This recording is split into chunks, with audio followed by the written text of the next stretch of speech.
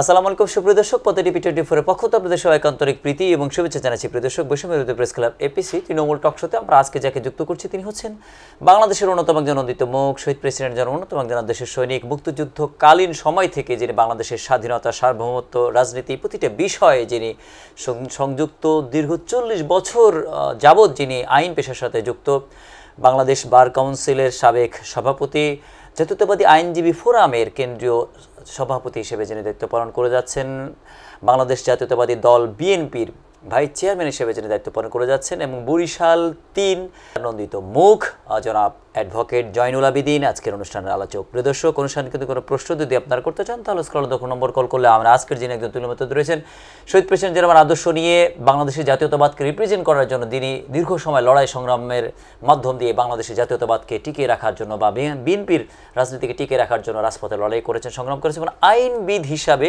আইন অঙ্গনে যার রয়েছে পথ চলা, ভূয়সী পথ চলা, তার কাছ থেকে আমরা ইতিহাস, ঐতিহ্য এবং বাংলাদেশি জাতীয়তাবাদের কিছু বিষয় নিয়ে আপনাদের সামনে কিছু আলোচনা করতে যাচ্ছি। দর্শক, আপনারা আমাদের সাথে যুক্ত হন, আমাদের সাথে যুক্ত হন জনাব অ্যাডভোকেট জয়নুল আবেদিন।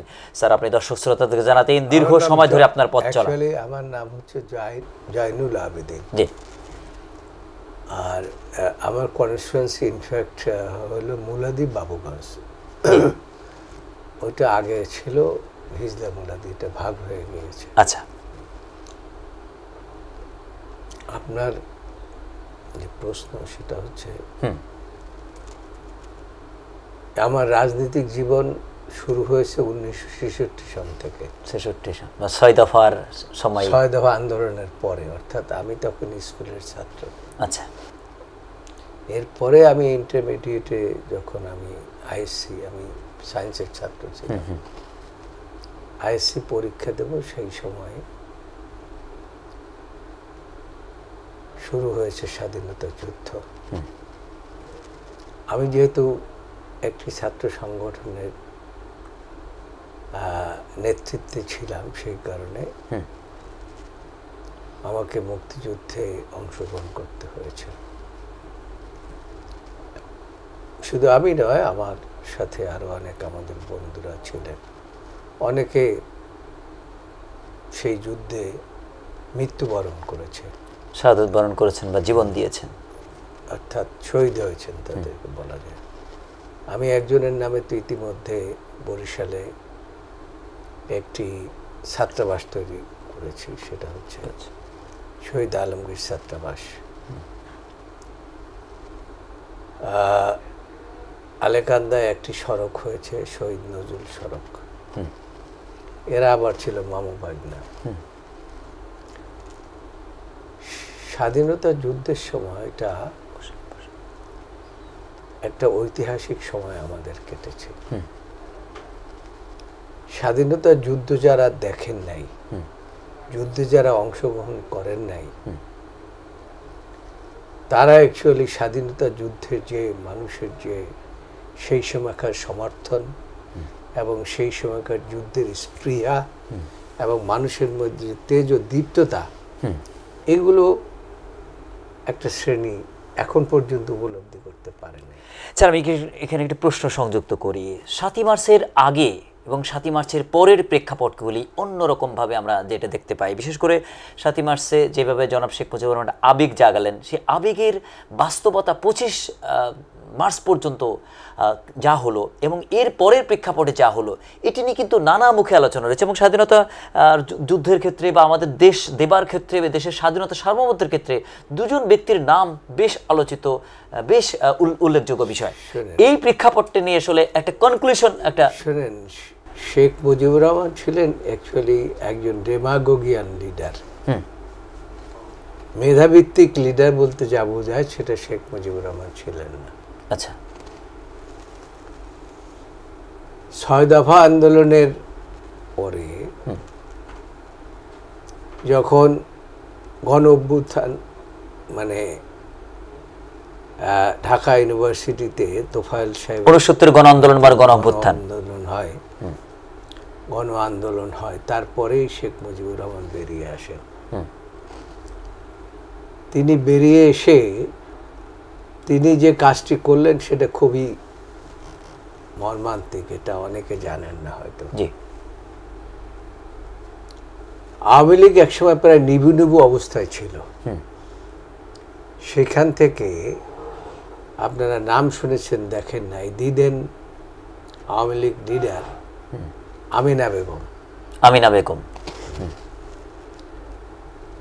আওয়ামী লীগের বাতি সারা বাংলাদেশে টিম টিম করে তিনি জ্বালিয়ে রেখেছিলেন। কারণ তখন ৬ দফা আন্দোলনের পরে আইয়ুব খান 1965 সনে ক্ষমতায় আসার পরে ৬ দফা আন্দোলন এবং পরবর্তীতে আইয়ুব খানের শাসন আমলকে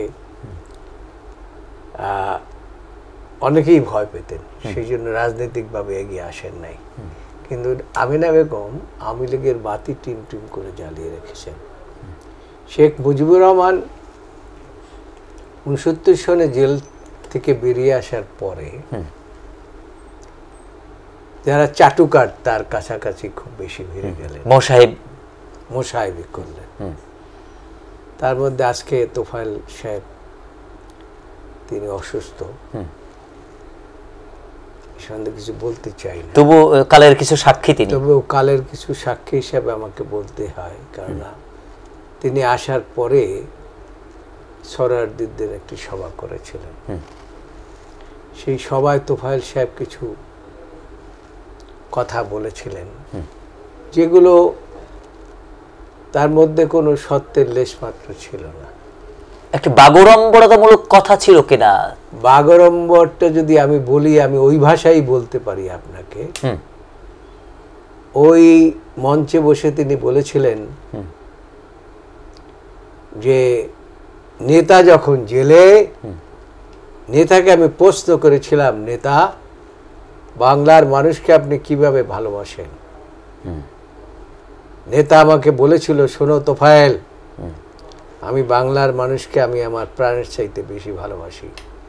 এই বাংলার মানুষকে মুক্ত করার জন্য প্রয়োজন হলে বাংলার এক প্রান্ত গামছা পরিধান করে বাংলার এক প্রান্ত থেকে অপর প্রান্ত ঘুরে বেড়াবো, তো বাংলার মানুষকে মুক্ত করে ছাড়বো ইনশাআল্লাহ।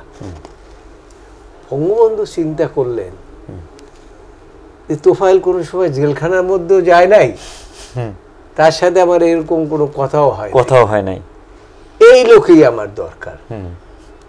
অর্থাৎ এই ধরনের আর্টিফিশিয়ালি এই সমস্ত চাটুকাররা তাকে মোটামুটি ঘিরে ফেলেছিলেন।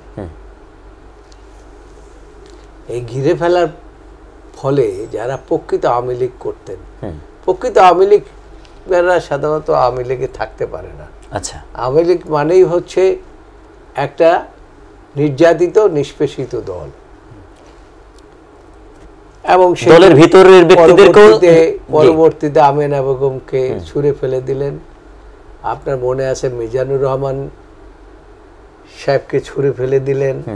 আওয়ামী লীগের প্রবীণ নেতাদেরকে তখন তিনি দূরে ঠেলে দিলেন। তো ওনার কাছে প্রিয় হয়ে গেল খন্দকার মোস্তাক আহমেদ। প্রিয়, তিনি নির্বাচনে হেরে গেলেন। হেরে যাওয়ার পরে আবার তাকে কায়দা কানুন করে তাকে জিতিয়ে আনলেন। জিতিয়ে আনার পরে তাকে ফরেন মিনিস্টার বানালেন, তাকে খুব বিশ্বাস করতে শুরু করলেন। কিন্তু তার যারা আপনজন তাদেরকে নিজেই সব দূরে ঠেলে ফেলে দিলেন। এখানে তার একটা রাজনৈতিক দূরদর্শিতার অভাব ছিল, আমি বলবো। এ থেকে রাজনীতিবিদদের একটি চরমতম শিক্ষা আসছে কিনা স্যার, আমি যে বিষয় বলতে চাই, 25শে মার্চের কালো রাত্রির পর জনাব শেখ মুজিবুর রহমানের যে দায়িত্বটি, এই দায়িত্বটি ঐতিহাসিকভাবে তিনি এড়াতে পারেন কিনা? জাহাজে করে চট্টগ্রামের বন্দরের মাধ্যম দিয়ে এদেশে সেনা সমাবেশ ঘটানো হচ্ছে, জেনোসাইড করা হচ্ছে, এমন অবস্থায় তিনি যে ভূমিকাটা রাখলেন, বা ক্যান্টনমেন্টে যা হচ্ছিল, ওইদিকে ওই রিভোল্ট বলে শহীদ প্রেসিডেন্ট জিয়াউর রহমান, উনি সেটা অ্যাকচুয়ালি ইনফ্যাক্ট আমি আপনাকে বলি, শেখ মুজিবুর রহমান এই বাংলাদেশটা স্বাধীনতা লাভ করুক এটা তিনি চান নাই। এটা তার চিন্তা চেতনার মধ্যেও ছিল না।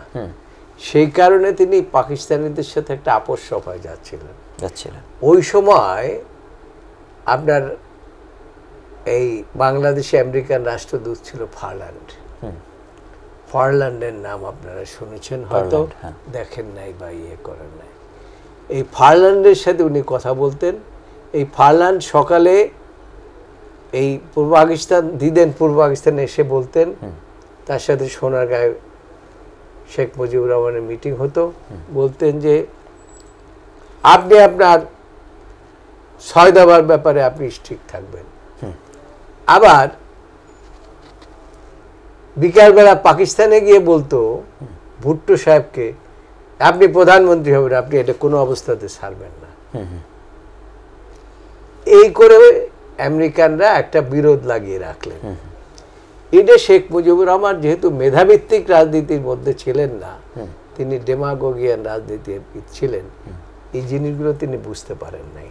আচ্ছা, না বুঝতে পারার ফলে একদিকে যেমন রাজনৈতিকভাবে তিনি মার খেতে যাচ্ছিলেন, ঠিক সেই অবস্থায় তাকে রক্ষা করলেন আমাদের 4 খলিফা বলা হতো, সিরাজউদ্দৌলা, খামা হাসাম রব, শাহজাহান সিরাজ, এনারা নুরুল আলম সিদ্দিকী, নুরুল আলম সিদ্দিকী সাহেবরা শেখ মুজিবুর রহমানের বাসায় গেলেন এবং গিয়ে বললেন যে আপনার রাজনীতিতে, এইসব রাজনীতিতে হবে না, পাকিস্তানিদের সাথে আমাদের কোনো আপোষ টাপোষ।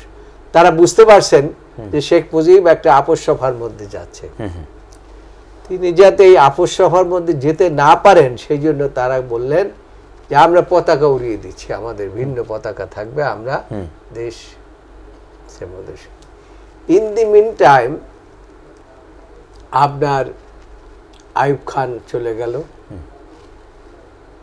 ইয়াহিয়া খান ক্ষমতা দখল করে বিভিন্ন জায়গায় মিলিটারিদেরকে সাজাচ্ছেন। এই অবস্থায় দেখে বাঙালি যারা সেনাবাহিনী ছিল তারাও একত্রিত হওয়ার চেষ্টা করলেন এবং এক পর্যায়ে যখন আমাদের শহীদ রাষ্ট্রপতি জিয়াউর রহমান দেখলেন যে এখন আমি যদি এই সেনাবাহিনীকে সুসংগঠিত না করি, তাহলে পরে এই পাকিস্তানি জান্তাদের সাথে যুদ্ধ করে টিকে থাকতে পারা যাবে না। তখন তিনি নিজে নিজে একটা বেতার কেন্দ্রের মেশিনপত্র নিয়ে তিনি বেতার কেন্দ্র ঘোষণা করলেন এবং তিনি বললেন, I, Mr. Ziaur Rahman, declared independent on behalf of the Sheikh Mujibur Rahman, যাতে শেখ মুজিব আর নড়াচড়া না করতে পারে, অর্থাৎ তাকে বেঁধে ফেলা, আর আপোষের মধ্যে যেতে না পারেন। এইটা ছিল শহীদ রাষ্ট্রপতি জিয়াউর রহমানের চিন্তাধারা এবং তার কর্মতৎপরতা। এবং তিনি নিজে তার ট্রুপসকে বললেন যে আমি নিজে যুদ্ধে অংশগ্রহণ করব, এবং সমস্ত বাংলাদেশের সেনাবাহিনীরা, দিদেন ইস্ট পাকিস্তানের সেনাবাহিনীরা একত্রিত হলেন এই জিয়াউর রহমানের ডাকে সারা দিয়ে। স্যার, এখানে যে কথাটি উই রিভোল্ট বলে যে বক্তব্যটি জিয়াউর রহমানের কি উনি একবার দিয়েছিলেন নাকি দুবার দিয়েছিলেন? একবার যদি দেন। না, উনি বারবারই বলেছিলেন, কিন্তু আওয়ামী লীগ কিন্তু 27 তারিখের ঘোষণাটি নিয়ে ব্যাপক মার্কেটিং করে জিয়াউর রহমানকে ঐতিহাসিকভাবে খাটো করতে চাওয়ার নানা অপতৎপরতা চালিয়েছে। বিগত 16 বছর স্যার আপনি দেখেছেন জিয়াউর রহমান সাহেব ঘোষক নন, পাঠক, নানা রকম কথাবার্তা তারা বলেছেন। জিয়াউর রহমানকে এমনকি আওয়ামী লীগ তো রাজাকার বানাবারও চেষ্টা করেছেন, কোনোটাই সাকসেসফুল হয় নাই। শহীদ রাষ্ট্রপতি জিয়াউর রহমান এমন একজন দেশপ্রেমিক রাজনীতিবিদ ছিলেন, 75 সনের প্রেক্ষাপটে পরে তিনি ক্ষমতা নিয়ে তিনি মার্শাল্লাহ দিয়ে দেশ চালাতে পারতেন, কিন্তু সেটা করেন নাই। দেশের রাষ্ট্রপতি হলেন কে? শেখ মুজিবুর রহমানের সবচেয়ে বিশ্বস্ত ব্যক্তি মোস্তাক আহমেদ। পরবর্তীতে জাতির বৃহত্তর স্বার্থ দায়িত্বের কারণে প্রেসিডেন্ট জিয়াকে শাসনভার নিতে হয়েছে। তার কারণ হলো আপনারা দেখেন নাই যে আপনার এই যে এখন জেলখানার মধ্যে সিনু মিনু এই সমস্ত এরা একটা জাছদ সৃষ্টি করে দেশের মধ্যে একটা অরাজক পরিস্থিতির সৃষ্টি করেছিল এবং তারা চেয়েছিলেন খালেদ মোশাররফের মাধ্যমে একটা কু করে তারপরে জিয়াউর রহমানকে মেরে ফেলবেন এবং জিয়াউর রহমানকে মেরে ফেলে তারা একটা বামপন্থী সমাজতান্ত্রিক রাষ্ট্র ব্যবস্থা তারা কায়েম করবেন। এই জন্য জিয়াউর রহমানকে তারা ক্যান্টনমেন্ট আটকে রাখলেন। কিন্তু সাধারণ সিপাহীরা যখন ছিল জিয়াউর রহমানের অত্যন্ত, যেহেতু তার ডাকে তারা যুদ্ধ করেছেন, তার ডাকে সাড়া দিয়ে যুদ্ধের মাঠে নেমেছেন, সেই জন্য জিয়াউর রহমানের একটা অগাধ সাপোর্ট ছিল সেনাবাহিনীর মধ্যে। তারা তাকে খুঁজে বের করলেন, খুঁজে বের করে তারপর তাকে বের করে নিয়ে আসলেন।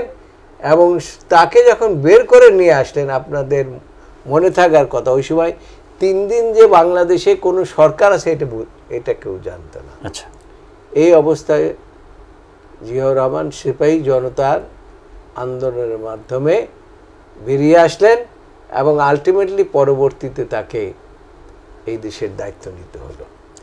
স্যার, ইতিহাসের প্রেক্ষাপট নিয়ে আলোচনা। আমাদের জাতির কিছু ফাউন্ডার ফাদার্স রয়েছেন যাদের মাধ্যম দিয়ে কিন্তু দীর্ঘ পালা বদল, মানে পালা সহযোগিতার ভিত্তিতে, সবার কন্ট্রিবিউশনের ভিত্তিতে কিন্তু আমরা একটি স্বাধীন সার্বভৌমত্ব এবং মানচিত্র পেয়েছি। সেক্ষেত্রে এই স্বাধীন সার্বভৌমত্ব রাষ্ট্রের যারা ওনার বা যারা এর জন্য কন্ট্রিবিউশন রেখেছেন, তাদেরকে আওয়ামী লীগ আমলে এমনভাবেই দাবিয়ে রাখা হয়েছে, এমনভাবে ইতিহাস থেকে মুছে ফেলা চক্রান্ত করা হয়েছে। সব কিছুর মূলে একক শেখ মুজিবুর রহমানকে প্রাধান্য দিয়ে ইতিহাসকে অন্যরকমভাবে তৈরি করা হয়েছে, যার কারণে আওয়ামী লীগ যখন ক্ষমতায় থাকে তখন শেখ মুজিবুর রহমানের সম্মান বা মর্যাদা তারা রাখে, যেই ক্ষমতা থেকে চলে যায় শেখ মুজিবুর রহমান হারিয়ে যায়। তাহলে জাতির ফাউন্ডার ফাদারদেরকে ওন করার ব্যাপারে জাতিগতভাবে একটা নীতিগত সিদ্ধান্তের জায়গা থেকে আপনি আসলে স্যার কীভাবে দেখবেন? হোসেন শহীদ সোহরাওয়ার্দী, তিনি আমাদের কত পার্সেন্ট জাতির পিতা, জনাব শেরে বাংলা আমাদের ইনফ্যাক্ট কোনো ফাউন্ডার ফাদার নাই, জি ছিলেনও না। জি, আপনার একটা যুদ্ধ হয়েছে যেখানে শেখ মুজিবুর রহমানের কোনো কন্ট্রিবিউশন ছিল না। জি, তিনি পাকিস্তানের হাতে ইচ্ছা করে ধরা দিয়ে তিনি চলে স্বেচ্ছায় কাস্টডিতে চলে গিয়েছিলেন।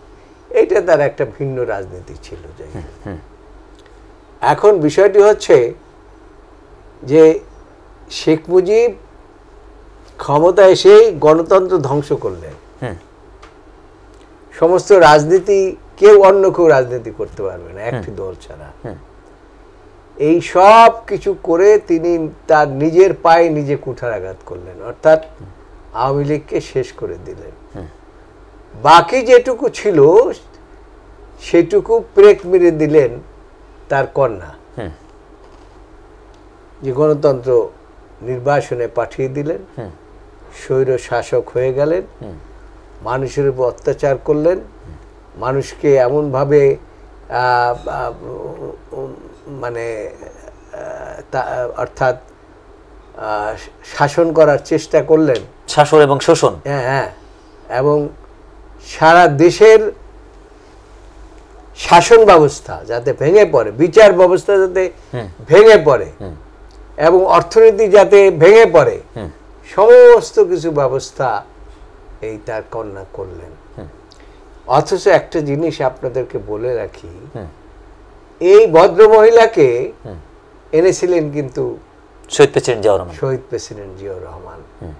তাকে যখন আনেন তখন কিন্তু আমরা অনেকেই বলেছিলাম, স্যার এটা কি করছেন? তিনি বলেছিলেন যে আমি একটা বহুদলীয় গণতন্ত্র বাংলাদেশে কায়েম করতে চাই। কিন্তু উনি আসার 13 দিনের মাথায় শেখ মুজিবুর রহমান অ্যাসাসিনেটেড হলেন। জনাব শহীদ প্রেসিডেন্ট জিয়াউর রহমানকে অ্যাসল্ট করা হলো, অর্থাৎ তাকে হত্যা করা হলো, হত্যা করা হলো। এবং সেই সময় এই ব্যক্তি এবং হুসাইন মোহাম্মদ এরশাদ দুইজনের যে সম্পৃক্তি ছিল তার প্রমাণ হলো এই শেখ হাসিনাকে পাওয়া গেল কসবার বর্ডারে, অর্থাৎ যাতে ভারতে পালিয়ে যেতে পারে, আর এরশাদ সাহেবকে পাওয়া গেল উত্তরার একটা বাসায় তিনি অবস্থান করছেন। আচ্ছা, তাহলে বলে তারা দুইজন দুই জায়গায় কেন? তার কারণটা হলো যদি মঞ্জুরকে যদি হত্যা করা না হতো তাহলে জিয়াউর রহমানের যে মৃত্যুর যে প্রকৃত ঘটনা, যে এরা যে জিয়াউর রহমানের কিলিং এর সাথে জড়িত, এইটা বেরিয়ে আসতো। সেই জিনিসটা আর পরবর্তীতে বের হয় নাই। কিন্তু আসল ঘটনা হলো ওই শহীদ রাষ্ট্রপতি জিয়াউর রহমানের মৃত্যুর সাথে এই দুই ব্যক্তি সম্পৃক্ত ছিল। স্যার, শেখ হাসিনা তার শাসনামলে তার পিতার হত্যার বিচার তার মতো করে করে কিন্তু একটা ওভারকাম করে চলে গেছে। শহীদ প্রেসিডেন্ট জনমত একজন বিদগ্ধজন, বাংলাদেশের মাটি মানুষের হৃদয়ের যিনি অবস্থান করছেন, তার হত্যার বিচারটি সেনাবাহিনীর মাধ্যম দিয়ে কিছু হলেও বেসামরিক আদালতে আজ পর্যন্ত হয়নি। আপনি এত বছর এই মানুষটির আদর্শ ধারণ করে রাজপথে আছেন, অনেক লড়াই সংগ্রাম করেছেন, দেশব্যাপী আপনার কণ্ঠধ্বনি দেশের মানুষ দেখেছে।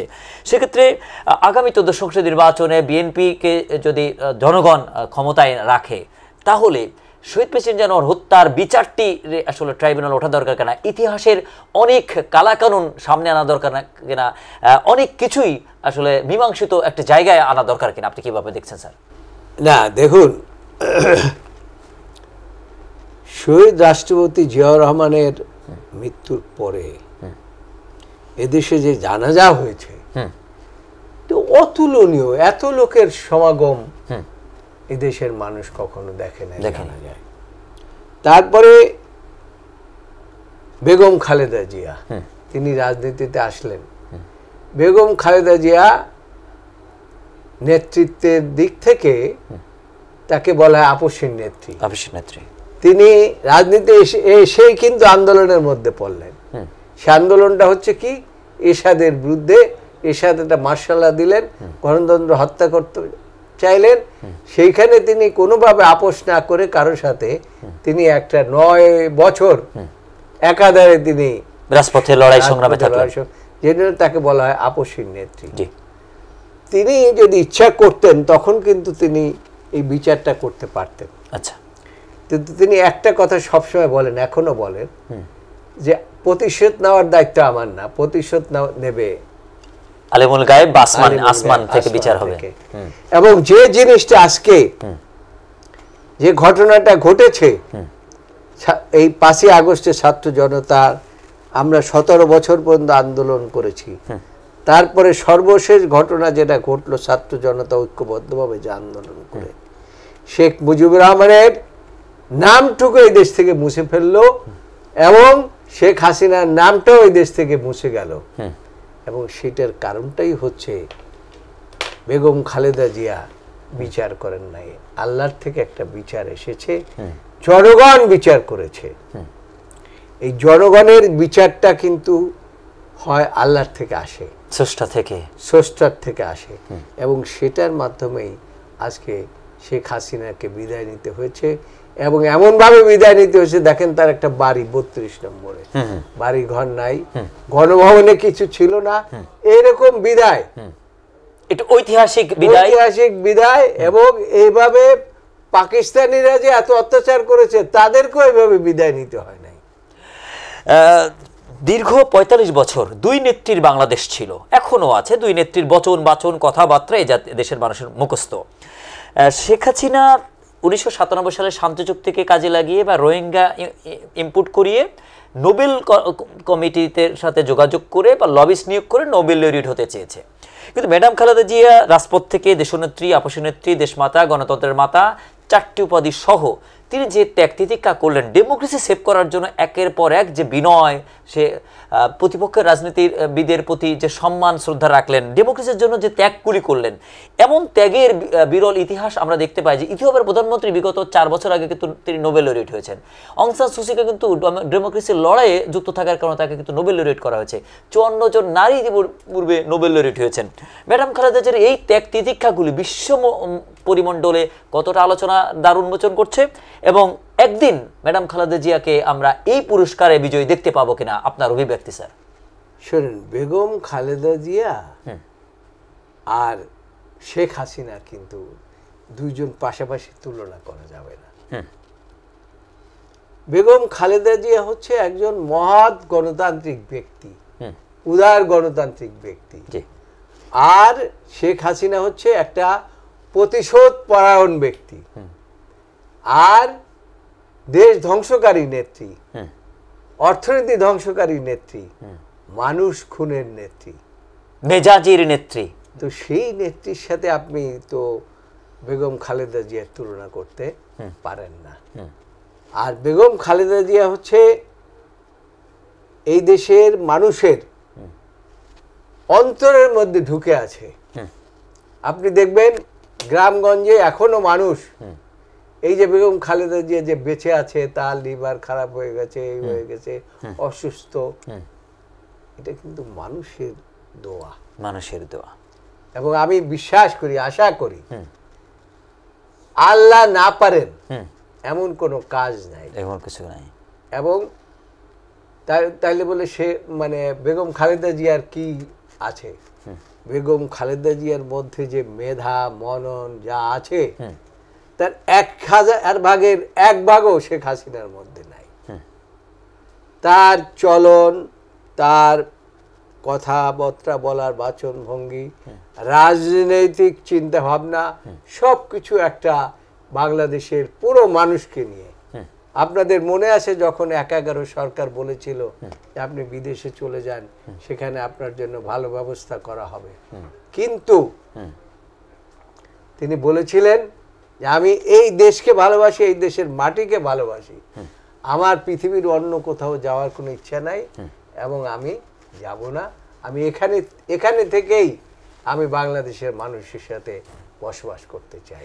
নেতৃত্বের গুণের ক্ষেত্রে ম্যাডাম খালেদা জিয়া যে ধরনের গুণ করলেন, আর শেখ হাসিনা যেভাবে নেতৃত্বকে খুন করলেন, এই নেতৃত্বের খুন, নেতৃত্বের গুণ থেকে রাজনীতিবিদদের জন্য আসলে চরম এবং পরমতম শিক্ষা। এখানে শিক্ষা গ্রহণ করতে হবে। রাজনীতি শিখতে হলে বেগম খালেদা জিয়ার আদর্শকে ধারণ করতে হবে, জিয়ার আদর্শকে ধারণ করতে হবে। এখন আপনার সবচাইতে বড় জিনিস হচ্ছে, আমি মাঝে মাঝে বলি যে এই পরিবারটি হচ্ছে একটি আল্লাহওয়ালা পরিবার। এই পরিবারের উপরে যারাই হাত দিয়েছে, যারাই আগুন দেওয়ার চেষ্টা করেছে, তাদের হাত পুড়ে গেছে। আপনি দেখেন এরশাদ শেখ হাসিনা হাত দেওয়ার চেষ্টা করেছে, তাদের হাত পুড়ে গেছে। লাস্টলি শেখ হাসিনা এই জিয়া পরিবারকে ধ্বংস করার চেষ্টা করেছে, তাদের হাত পুড়ে গেছে। মঈনুদ্দিন ফখরুদ্দিন জিয়া পরিবারের উপরে হাত দিয়েছে এবং আমাদের ভারপ্রাপ্ত চেয়ারম্যানকে এমন অত্যাচার নাই যেটা না করেছে। স্যার, এখানে প্রশ্ন রাখতে চাচ্ছি, জনাব তারেক রহমান তিনি যখন তৃণমূলে নাম নেন, বিশেষ করে 2000 সালের পর থেকে তৃণমূলে শহীদ প্রেসিডেন্ট জিয়াউর এই সন্তানকে পেয়ে কিন্তু তৃণমূল বেশ উজ্জীবিত বা বেশ আবেগ আপ্লুতর মাধ্যমে রাজনীতি শুরু করলেন। বিপরীত শিবিরে, আওয়ামী লীগ শিবিরে কিন্তু জনাব তারেক রহমানের পথ চলায় ব্যাপক কাঁপন ধরল। শেখ হাসিনা তার রাজনৈতিক উত্তরাধিকার সজীবদের জয়কে প্রতিষ্ঠা করার জন্য 111-এর ঘাড়ে চড়ে মঈনুদ্দিন ফখরুদ্দিনের মাধ্যম দিয়ে তারেক রহমানকে শারীরিকভাবে অ্যাসল্ট করে, জোর করে মুখস্প্লেক আদায় করে বিদেশে পর্যন্ত পাঠিয়ে দিল। তবুও তারেক রহমানের নেতৃত্ব কিন্তু থামলো না। আর তার ছেলে সজীব জয়কে রংপুর জেলার পীরগঞ্জ থানা কমিটিতে, রংপুর জেলা কমিটিতে 1 নম্বর সদস্য করে তাকে কিন্তু রাজনীতি করার পথ সুগম করে দেওয়া হলো। রাজপথে বা দেশবাসী 18 কোটি জনগণ কিন্তু 2 প্রধানমন্ত্রীর পুত্রের নামও জানে, চেহারাও চেনে। এই যে 2 প্রধানমন্ত্রীর পুত্রের যে কারিকুলাম, এ থেকেও রাজনীতিবিদদের জন্য আসলে চরমতম শিক্ষা রয়েছে কিনা? আবার আমি বলি যে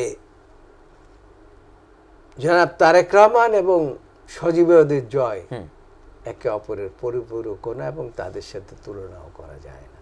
জি, রাজনীতিতে যে মেধা মনন যেটা দরকার সেটা তারেক রহমানের আছে।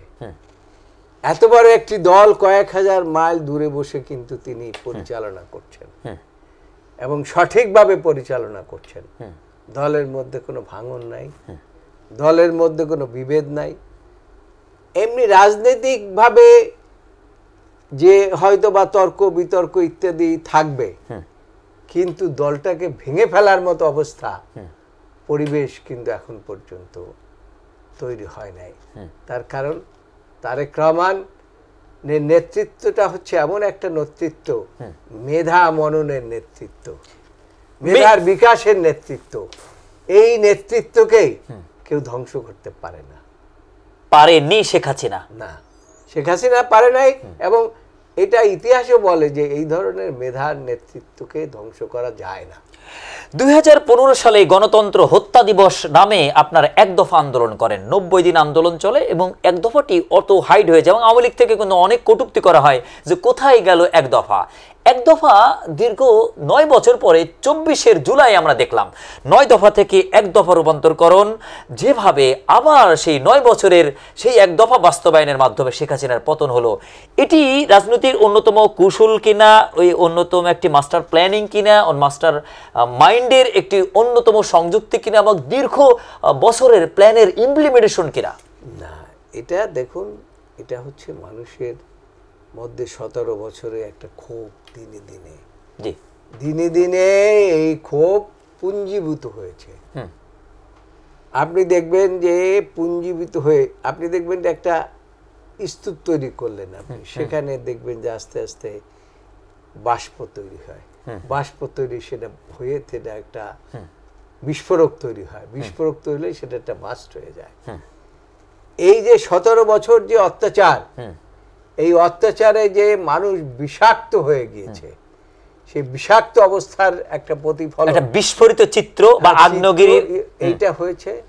হঠাৎ করে একটা ছাত্র জনতার আন্দোলন এসছে, সবকিছু মিলে আপনার 5ই আগস্টের সৃষ্টি। এটা কারো একার বা একটি শুধু ছাত্র সংগঠনের এই যে একেবারে একক নেতৃত্বে হয়েছে তা না, এখানে ছাত্র জনতা রাজনীতিবিদ সমস্ত সকলের মিলিত শক্তির ফলেই এই সরকারকে। কিন্তু স্যার এখানে একটা সংযুক্তি রাখতেই হচ্ছে, বিএনপির কোন আন্দোলনে 70% সফলতা এসেছে, কোন আন্দোলনে 80%, কোন আন্দোলনে 90%, কিন্তু সফলতার জন্য বিএনপি 90% যে রূপ পরিগ্রহ রূপ কাঠামো তৈরি করে রেখেছিল সেটির উপরে দাঁড়িয়েই তো শতভাগ হলো কিনা।